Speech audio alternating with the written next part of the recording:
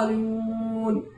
إنما يؤخرهم ليوم تشخص فيه الأبصار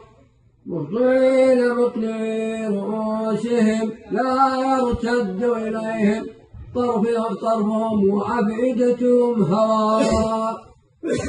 وأنذر الناس يوم يأتيهم العذاب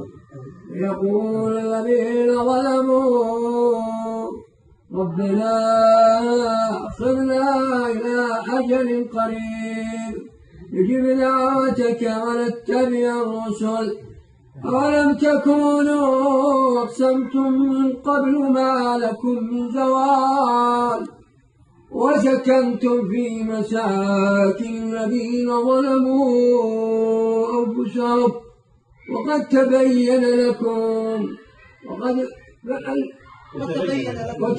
لكم كيف فعلنا بهم وضربنا لكم الأمثال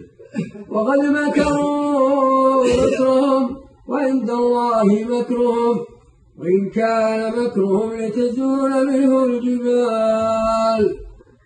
فلا تحسبن الله مخلف وعده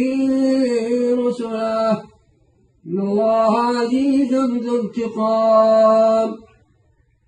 يوم تبدل الأرض غير الأرض والسماوات وبرزوا لله الواحد القهار وترى المجرمين يومئذ مقرنين في الأصفاد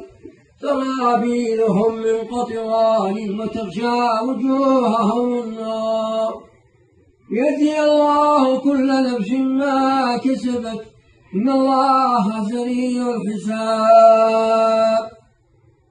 هذا بلاغ للناس ولينذروا به ويعلموا أنما هو إله واحد وليذكر أولي الألباب